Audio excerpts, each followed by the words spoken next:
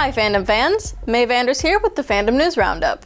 Have you been having a cruel summer or a cool summer so far? The news this week primarily takes out the current season and focuses more on autumn and winter. It looks like the future is fandom. Enjoy this edition of the news with a special side of time travel. We got our first look at Robocop Rogue City, an upcoming first-person action-adventure game based on the first three films in the 1987 Robocop franchise. Robocop Rogue City is headed to consoles and PC in 2023. We would definitely buy that for $1. The HBO adaptation of the hit game The Last of Us will have 10 episodes in its first season. Each episode will run for about an hour, giving fans a 10-hour series. There's been no word on whether Season 1 will cover the events of Game 1 or combine elements of both. The Last of Us cast includes Game of Thrones alums Pedro Pascal and Bella Ramsey as series leads Joel and Ellie, Gabriel Luna, who's had roles in Terminator Dark Fate, True Detective, and Marvel's Agents of S.H.I.E.L.D. is set to portray Joel's brother Tommy. Nico Parker was recently cast as Joel's daughter. Merle Dandridge is playing the Fireflies leader Marlene, a character she also voiced in the video game.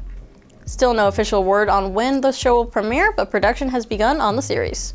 7 Japanese anime studios bring their unique talent and perspective to Star Wars Visions, a collection of animated original short films streaming September 22nd on Disney+. The anime studios revealed were Kamikaze Duga, Geno Studio, Studio Colorido, Trigger, Kanema Citrus, Science Saru, and Production IG. Each studio will use its signature animation and storytelling styles to realize its own visions of the galaxy far, far away. As a first formal venture into anime, each Star Wars Visions short bears a unique Japanese sensibility, which in many ways aligns with the tone and spirit of Star Wars storytelling. From the beginning, stories told in the Star Wars galaxy have counted Japanese mythology and the films of Akira Kurosawa among their many influences, and these new visions will further explore that cultural heritage through the unique perspective of each studio. Hugh Jackman has gained a bit of a reputation for being a jokester. Perhaps that's rubbing off from his friendship with Ryan Reynolds. So when Jackman posted some cryptic pictures on his Instagram stories, fans couldn't tell if this was for real or just a joke. One of the photos was a reshare of Boss Logic's fan art of Wolverine's claws. The other was a photo of Hugh Jackman with Kevin Feige. Is he hinting at joining the MCU, or is he simply trolling us? Guess we'll just have to wait and see. The official trailer for Transformers War for Cybertron Kingdom is here. Now the Autobots must team up with the Maximals to confront the Decepticons, who have joined forces with the Predacons in the race to find the missing Allspark. However, the Predacons are in control of the Golden Disc, a mysterious artifact that has a personal connection to Megatron and gives him an untold advantage over his enemy, Optimus Prime. Which faction will triumph in the final battle that will decide the fate of Cybertron's future? Transformers War for Cybertron Trilogy Kingdom comes July 29th, only on Netflix. Shannon Lee, daughter of the late great Bruce Lee, is again coming to the defense of her father and against his portrayal in Once Upon a Time in Hollywood. The director of the film, Quentin Tarantino, offered these words to anyone criticizing the portrayal of Lee in his film.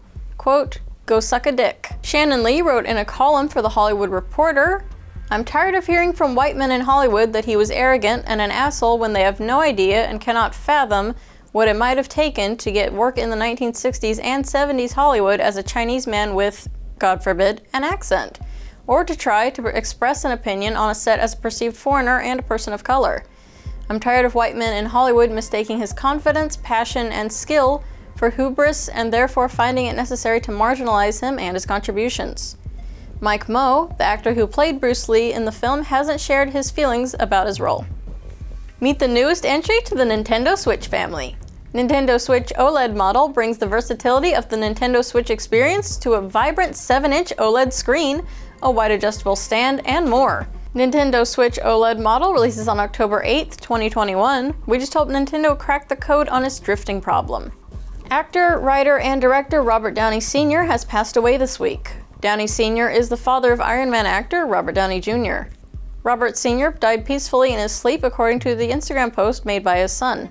Some of Robert Downey Sr.'s famous works include Boogie Nights, Matlock, The Twilight Zone, Tower Heist, and Magnolia. Fandom Spotlight would like to extend our deepest sympathies to Downey's family, friends, and fans during this difficult time. Vought Industries, the company that brings you your favorite and not so favorite supers, has released a breaking news report. The report gives us our first look at Season 3 of The Boys. It also gives us clues to more of the story for Season 3, besides what we already know about it featuring the Herogasm storyline. Perhaps these reports will become a monthly thing until the Season 3 premiere? Looks like we've got competition. Toss a coin to your Witcher prequel. The Witcher Blood Origin has cast Michelle Yeoh as Cien. Yeoh's character is described as the very last of her nomadic tribe of sword elves. The 6-part live-action limited series does not yet have a definitive release date. We just want to know if this show's going to have a catchy song too. Move over, Deadpool, there's a new wall breaker in town. According to reports, SheHulk will break the 4th wall during her series on Disney+, and probably the other 3 also. Her character will be openly acknowledging her presence within the Marvel Cinematic Universe. SheHulk will interact with real-world people, paving the way for celebrity cameos throughout the series. This could explain recent news of Megan Thee Stallion being cast as herself in the series. Do you think the pair will do a cover of WAP? That completes this week's edition of the news. Does the fandom future seem brighter to you? Let us know which story you're most excited about. Be sure to leave a comment below and we'll be right here waiting for you next week. Check out some other fandom videos here.